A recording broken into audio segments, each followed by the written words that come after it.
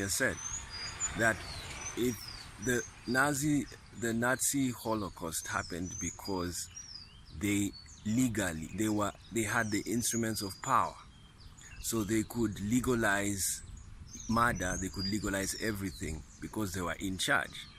And this has always been the system of government all over the world. Even in the ancient time, kings could commit genocides. Like when you read in the Bible, they were committing genocides because they had the power, and they had absolute power. The kingdoms of the past had absolute power. Right now, power is limited, and most of the because why is power limited these days? It's because people have got to understand that when you have absolute power, you can do practically anything. And so to reduce that, you limit the power. And that's why these days the governments of the world powers are limited. Look at Britain.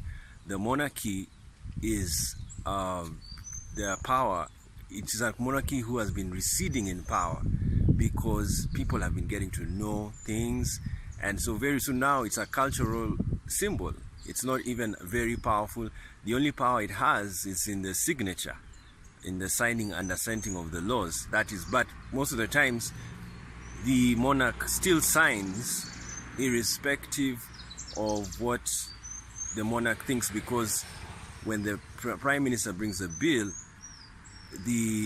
that the bill has been passed by parliament, the monarch is a subject to the parliament, because the parliament has said this is the law we want.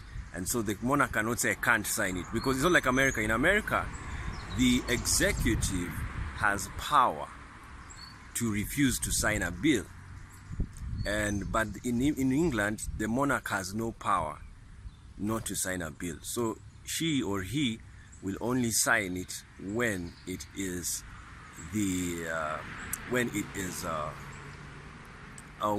when the parliament has said yes. So what does that tell you? The monarch is subject to the people in UK, unlike the other systems. So I am of my vision, I would want to have a liberalized system, liberalize the conservative systems of the world, like churches, mosques, temples, make sure people, or even if you can't liberalize them, at least allow liberal systems to exist in the world, and to have like liberal churches, churches whereby you can be a gay pastor and nobody attacks you. You can be a bisexual pastor and nobody attacks you.